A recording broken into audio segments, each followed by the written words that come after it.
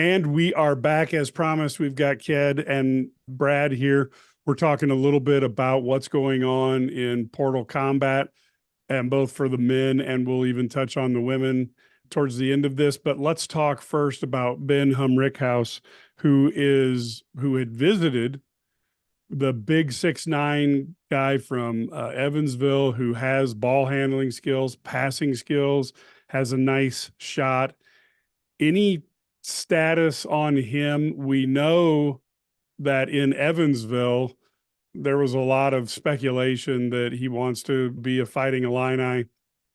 Any news on that front, or do we have any type of understanding of what's going on there? Well, from my understanding, I think we all saw the same story. The story that came out came from a local newspaper that Ben had spoke to his coaches. I'm not going to sit here and pretend that, because I'm really careful about what sources I believe and what I see and if it's real or not. This came from a newspaper, and talking to people in my camp, he committed to Illinois. And I think what he did was he told his coaches, and his coaches put it out there. But nothing is official. And I know there's some work to be done, and there's talk about some academics and him and credits and things like that. I've not heard anything officially myself. I don't know if Brad has. He'll speak on that. But I do know the kid wants to be at Illinois. I know once he went to Portal, Illinois identified him early. The one thing I will tell fans, and they're probably going to think, Kedric, you're being a homer, but I'm going to tell you, this guy has what NBA scouts like. I'm not a fan of what we talked about football when Matt was on. I'm not a fan of what some of these coaches look for, but I'm going to tell you, this kid has NBA scouts looking at him because he's 6'9" and because of skill set. And you look at the NBA, and this is what he does. So if Illinois could get him, you have the potential Iobin in the NBA. We know Terence Shannon is going to be in the NBA.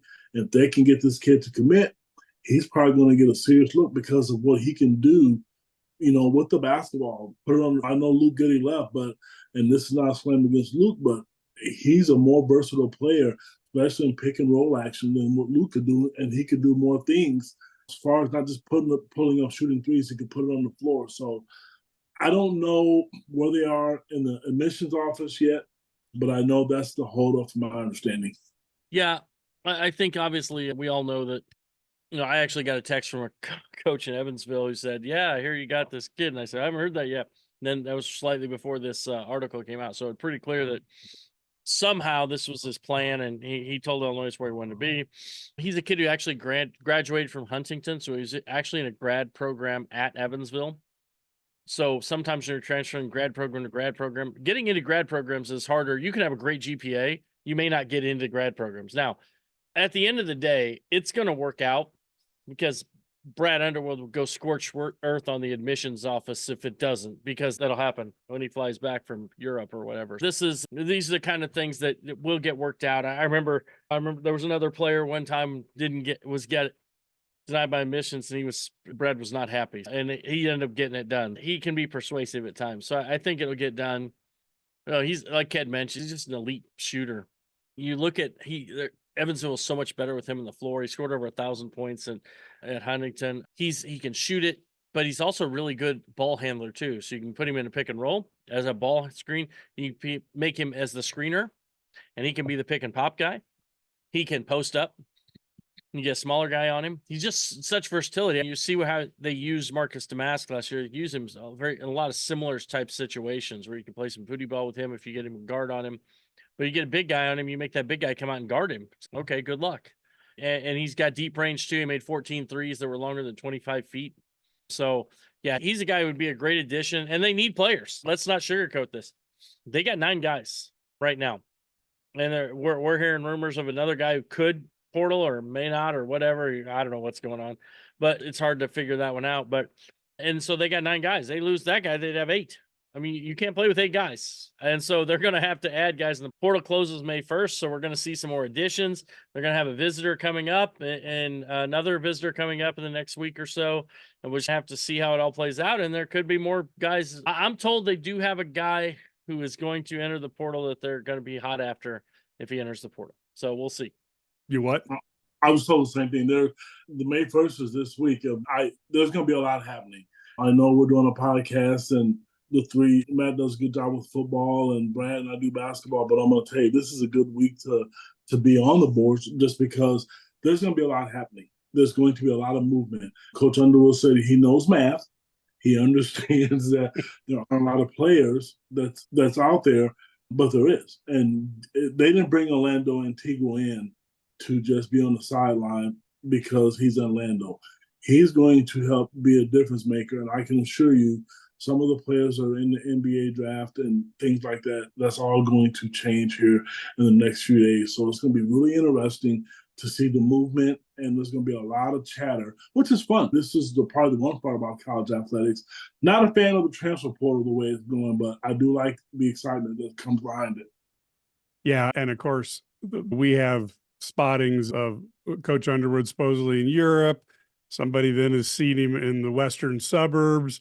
We also have, apparently he was pumping gas with Elvis in Michigan. So who knows where and what exactly. Who knows what's going on, but where in the world is Coach Underwood? Brad Underwood. Yeah. And of course, then the rumor is Brad Sturdy is rapidly losing weight because they may need more players.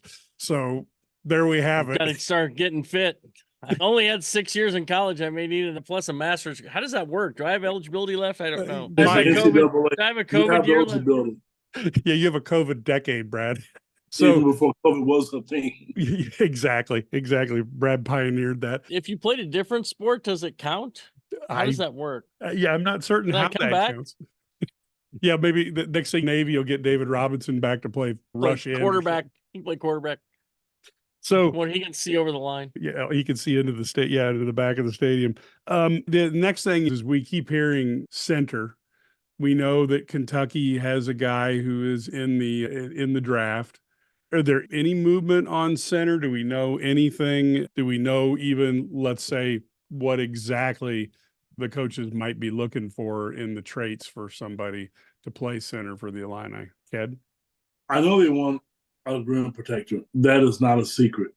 But there was talk, everybody thought because Orlando came from Kentucky that Uganda was going to follow him. But Mike, you and I talked previously. I haven't been able to find it. So this is a challenge to all the people out there listening to this podcast. Here's a brother that's supposed to be really good, who's a twin, who's really good. And there was talk about him being a possibility. So couldn't find it. It came from a very reliable source. It wasn't just somebody that just texted me who was out of the clear blue sky. So I don't know if it's true or not. But I do know they want a rim protector. Everybody wants that. There's only so many that can go around. I don't think they're looking for a guy that's going to come in and be like Kofi and put up 25, 30 points, because the roster that they have put together right now is pretty good. I know Trey White's a guy from Louisville. A lot of people balked on, and I'm going to bring a name up that is probably not going to resonate with a lot of fans, but Sky Clark's father, Kenny, called me this afternoon, and we had a really good conversation. And he just told me the Illinois fans need to be aware this kid's a player, and he can play 2, 3, 4. He's really gifted. He was just in a bad program, and including his son. And he just said to me, the way Brad Underwood and the way his staff utilizes players, especially the way they did last year, he thinks he's going to be extremely successful. So there's guys that they have and they're planning on getting. I think in the portal, if it works out well, if some of these guys pull the names out of the NBA draft, they're going to have guys that can score, but I don't think they're looking for a guy that's just going to come in and put up 20 and 10. They want somebody who's going to give them 8 points a game, maybe 10 rebounds, and guard the rim. Last year, teams scored on Will of Illinois. Yeah, I totally agree. And that's where you have to have a guy who can protect the rim. And I'm not trying to say that you have to have a guy who plays 35 minutes protecting the rim, but you got to have a guy who can give you 20 minutes a game and can protect the rim, can rebound, can run the floor. Rim runners are great. Guys who can play in the dunker spot and then affect things, offensive rebound, block shots, defensive rebound, outlet, run, all those things. You just got to have a guy who does that. They did not have that this year. They made Coleman Hawkins play the 5. And although that was a benefit on the offensive end at times, but it was a big detriment on the defensive end at times. And yeah, people say Zach Edey and nobody guarded those guys. You're right, but my issue was more the fact that guys like Julian Reese went off on Illinois and just scored. It wasn't just that. And it puts Coleman in a bad position because it wasn't fair to him to have to defend those guys because that's not his game. Yep. I actually thought they'd be better off having Quincy Gary here defending those guys inside because he's a little bit more physically stronger and thicker. So it is what it is. And I think that's all past. I think they do want to have a guy who can protect the rim. Ugana Onyenso is a really interesting guy because of his ability. He's talented. He's athletic. He's long. He's got a lot of potential. Obviously, Orlando Antigua has ties there. So if they're able to make that work somehow, and I think I'm hearing that they're going to be able to get a visit from him. Sounds like that there are other schools after him too, from Xavier to others. It's not just Illinois. So a lot of schools will be after that kid. But if Illinois is able to get him, they obviously have a connection. They're able to get him. I think they could. He's going to be really a big help for them up front and provide that depth as you bring Merez Johnson along. You can't expect Merez Johnson to come in as a freshman and play like 30 minutes a game. We saw the number one player in the country, Xavier Booker, couldn't even get on the floor at Michigan State. Too many times we think these high school kids are going to play these massive minutes, and the guys that can play massive minutes are few and far between. Yeah, I'm going to throw a name out there because I'm wondering if maybe he's priced himself out of the market, but Big Cliff of Rutgers. There's a guy who I've heard several people say, we'd love to have him, but Lord knows we don't want to pay the money he's asking for. And it seems with UNC, with him planning to visit there, and Alabama, maybe nobody wants him for the price he's asking for. Could a guy like Cliff need to reevaluate what he's worth? He's going to. He doesn't have a choice but to, because if he's been in the portal, he was one of the guys that went in early. And there's a reason for it. To be honest with you, he'd be another guy, I think personally, that will fit in well with Illinois. What these players are asking, and it's not feasible. I'm sorry, they're just not. And he is a good college basketball player, but he is not a Hunter Dickinson. He's not a Terence Shannon Jr., and he's not an AJ Storr. You're not going to get that kind of money. And I'm sorry, but he's not going to. Would he be a service to a program, like I said, at Illinois? He sure would. And he will fit in well with them because he can guard and he's quick enough and he rebounds and he finishes well in traffic. So it will be a great get. But at some point in time, when this window closes on May 1st, the people who are being greedy and asking for money for Cliff and then themselves are going to have to reevaluate themselves, Mike, because that's not going to happen. And all these things you read on the internet, these people getting $1.5 to $1.8 million, that's not realistic. It's not happening. I'm sorry. There's a few guys that are close to the million mark, and I know they are, but not all of them. Yeah, I totally agree. Big Cliff is a good example of, I think that he had, so what do we all like to say? One team will pull you into the portal, but then everybody wants you. I think it was St. John's that kind of pulled him in the portal. And it looks like he's got other options now because he didn't get the NIL he wanted. And here's the thing. Here's the reality with Cliff Homer. He's not going to play in the NBA. Most likely not going to play in the NBA. It doesn't fit. So he needs to make his money while he can. You know, exactly. And this is a guy who, we talked about Kofi getting $1 million a year in NIL money back in the day. Kofi was a first-team All-American who's 21 and 11. Cliff is not that guy. And he's good. I like him. He can be a really good player. But he ain't that guy. And so if he's not that guy, then he's not going to get $1 million. Now, North Carolina may promise him $1 million. And as we know, then they just pay whatever they feel like paying throughout the year. And then the guy will leave after a year. Well, with a grad transfer, what's the downside? So yeah, I just don't see where it's going to fit. I just think when you start off with and they're all bidding wars to a certain extent, there's certain things that are going to happen. But when you start off with this stuff, it's just gotten crazy, and I don't think it's going to fit. Now, here's the thing, though. Once you're in the portal, we've seen this. None of those things they sign are actually binding. It's not like a national letter of intent. It's just a grant and aid. So nothing is actually binding when they sign that. We saw this week, we saw a kid, the Tanji kid who was at Colorado State, went to Missouri, committed to New Mexico the last Thursday, had his edit out there. I'm going to New Mexico. Whoops. And then today we find out he's going to Wisconsin because Greg Gard went in and got him. And he'd already signed with New Mexico. New Mexico had released it and that he was coming. But there's nothing binding with that. So I think you're going to see a new thing. We're going to have a transfer portal next year with a binding signing day. I think we're moving to that point where we're going to have a legit signing day. They're going to have to find a way to figure this out, make this fit. Obviously, this is not sustainable long term, but for right now, it is what it is. And Illinois is trying to make the best of it. Yeah, and Greg Gard, I guess we have sliding scale for morals. We can take somebody who's committed to somebody else and blah, blah, blah. And didn't Nick Saban take a giant sword and stick it right in the heart of tampering and just kill it? Because basically we wanted to get this guy, what's his name, from Toledo, the cornerback who's so good. We wanted him to go into the portal, but he wouldn't. So basically Nick Saban, who is, let's face it, the greatest college football coach in the history of mankind, just said that they did their best to get a guy to portal and he wouldn't. So if that isn't tampering, what is? Depends on who you are, if you want to consider tampering. And he could get away with it.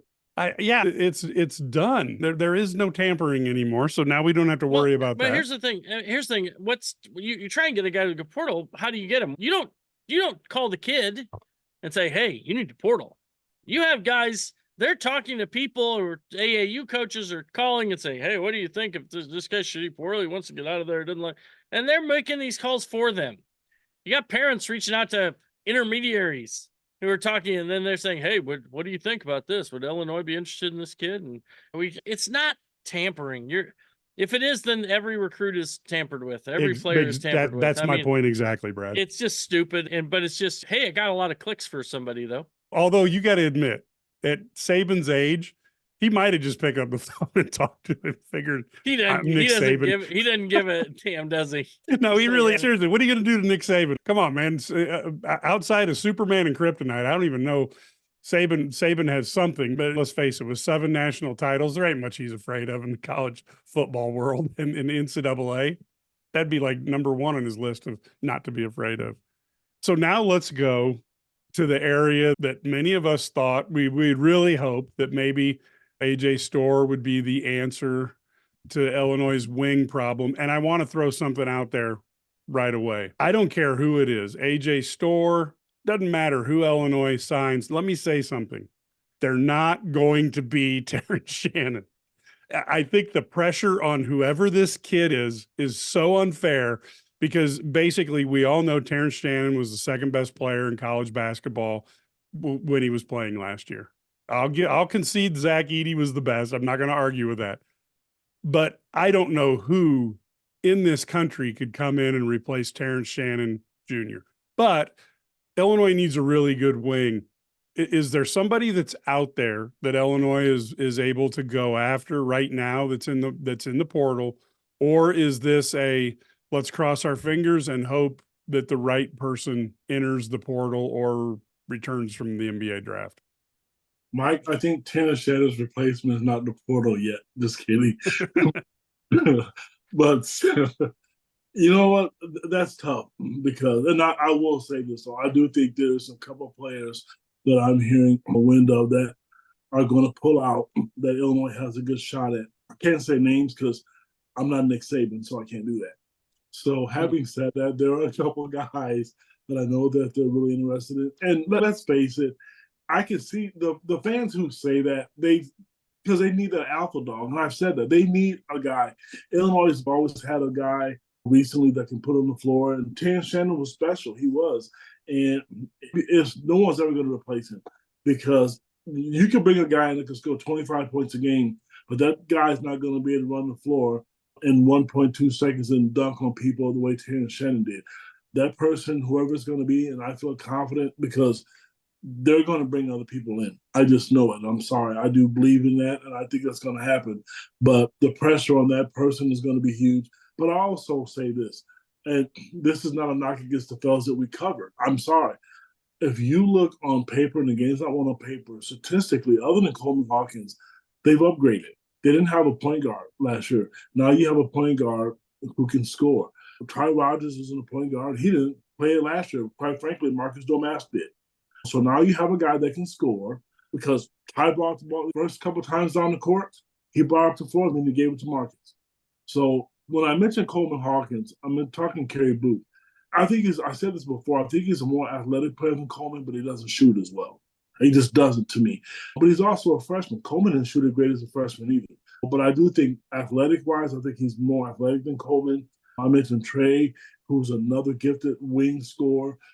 You're not going to find another booty ball warrior like Marcus Domask. That's not going to happen. But you're going to have a guy, if you can pull a guy like Ben, who can give you those same type of numbers. So I think the roster could potentially be better, but not without Terence Shannon. You're not going to get that. You're just not. Yeah, I don't think that's going to happen. Terence Shannon doesn't happen. Do we realize what a freak he was? I don't think fans do.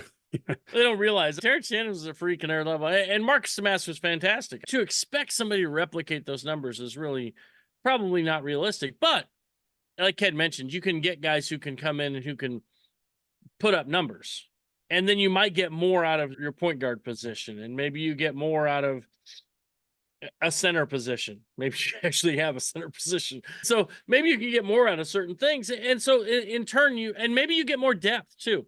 And I'm not trying to be mean here, but it was funny. I was talking to, actually, this is a segue here, but I was talking to Calamity McIntyre, and they're bringing in guards, right? Illinois is bringing in guards in the portal, but yet they have all their guards returning. So you would think that would be but here's the thing.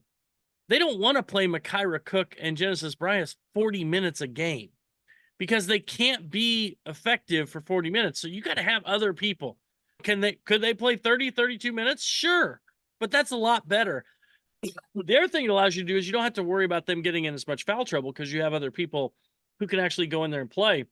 And I think that you saw that when Makaira Cook was fresh in that NIT or WBIT title game. What happened in the second half? She had a little break there, got a little rest, comes out and just dominates. You're going to have fresh legs. And I think that is important. I don't care. And I know that we've heard Coach Underwood say they're a great condition. The reason he didn't play his bench because he didn't have confidence in his bench. It's just that simple. He thought the starters were that much better than the bench. We've seen him earlier in his career play more bench guys because he felt like he didn't have anybody good. They were all bad. So he just played them all. But I think if they're all good now and all experienced, I think you're going to see more guys play.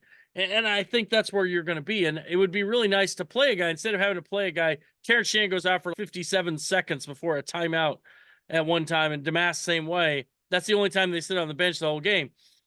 Be nice to get those guys at 32 minutes. And if you got a guy playing 8 minutes or something, a young, fresh, incoming, just becoming a sophomore or incoming freshman, playing that 8-10 minutes or play when there's foul trouble, man, it can be a really good thing. Yeah, I think that's a key. And those are some of the things that we think about is can you take the top 3 guys, their minutes down? If you take the top 3 guys down by 5 minutes a game, you've created 15 minutes for other guys to play, and you've got some fresher legs over the course of the season. One final pivot here, and then we'll wrap this puppy up. But obviously, the women landed 5'9" guard Jasmine Brown Hagar. So that is, or Hager. I'll have Ked give me the pronunciation. Being a Van Halen guy, I like to call her Hagar, but that may not be the way to go. And then Tannen Magassa, a 6'5" former Dayton player, will be coming as well. So that means I think they have 2 more potential people that the women can bring in, but they're getting another guard, as Brad said, to help spell the guards, and they're getting another big, not to put too much pressure on a freshman to come in and play. Just a thumbnail on each of these 2 players and maybe what you think they're still looking for in the portal. Well, real quick with Jasmine, they recruited her really hard when they first got there. When she went to Mississippi State, there were some ties there with the former Illinois assistant Corey Irvin, and that played a huge part in why she went to school there. When she got to Mississippi State, she didn't get a chance to play a lot. I've been talking to her sporadically. She's a girl that she'll comment once every 6 hours, so I'm waiting to get her to piece this all together. But Brad hit it right on the head. When I first found out that they were looking for the guards, because I talked to Calamity and I'm like, why would somebody want to go to school there? Because Makaira Cook and Genesis play all the time. And she says, Kedric, that's the problem. You can't play them 35 minutes a game. And then on top of the fact, them being tired and fatigued, Makaira got hurt at the beginning of the year. And it took her a long time to come back to form. If there was one game, I believe, in the tournament they got in foul trouble, and then you have to play her again. I think by bringing in a girl like that, excuse me, who, when you put her in the game, you're not going to lose much because she has a lot of flamboyance to her game. She's not a tall girl. She's listed at 5'9", but I don't think that's where she is. But she can shoot it a little bit, and she was a top 50 recruit coming out of high school. The Tenon Massinger girl, Tenon, I believe is how you pronounce it. Tenon, okay. She's a rim protector. You're not going to get a lot of offense from her. I just don't think that's part of her game, but she will rebound and block shots. There were so many teams that went at Illinois because there was nobody there. No disrespect to Camille Hobby and Kendall Bostic, but they're not. Now, by having a girl like that, a woman like that in your program, gives you a different look. But also the unique thing was she played for Shauna and Dayton, so she knows the system. Now, to answer your question, they're looking for another guard and another big. They're not. I know Haven Smith is going to come in, the girl from the state of Illinois. You just got Tina, but I'm going to tell you, they're looking for another big and another guard. And it's very likely that I think for sure they're going to get one for sure, but I know they want two more good players. But they're really good about not tipping their hat on who's on campus. But I'm going to tell you, they're bringing in some girls that can help them, not just this year, because their whole roster is going to be gone next year. They're in on some good high school recruits, but that doesn't mean that those kids are going to come to school there. Yeah, I think Illinois is going to bring in a big girl who's, I was told she's 6'7", 6'6" or 6'7". And then I was told they have another guard that they're going to bring in too, comes from a major program. So that kind of gives you, so they're recruiting with the big boys, and this is just it's definitely a change, right? Shauna has panache. She has, her assistants do a great job. They have connections, and she's, see, I would say, is this bad? Like, I would say it's if it wasn't a women's game, I would say, oh, they're like the sexy pick. I don't want to say that because it's a women's game, but it is. It's like Illinois has become it's a destination because of Shauna Green, because of her coaching staff, and because they're winning. I mean, no, it's like they haven't. It's funny, they were talking about their spring workouts. They give them spring workouts to go do right now, and they'll shoot with them and stuff. But they're just exhausted because the season ran. They went as like they went. It was like they went to the Final Four with their season running into, because they had the long postseason. And then, of course, then the transfer portal going the whole time. It's just crazy. And yeah, I think it's really, they're a hot commodity. They can find kids. They've been able to grab kids, and kids that maybe were at high majors that didn't pan out, but they're talented, and they're doing a little bit like Brad Underwood is. And they're bringing in people who were at other schools who didn't like the fit, didn't have the right system, and they're going to put them in a position to succeed. But at the same time, they're also have the other side is they're bringing in these high school recruits to meld too, Haven Smith, and mix them in.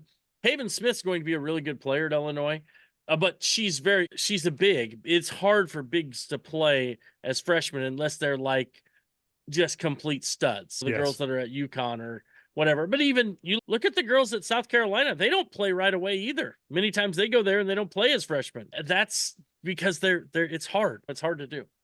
Mike, I want to make a comment real quick.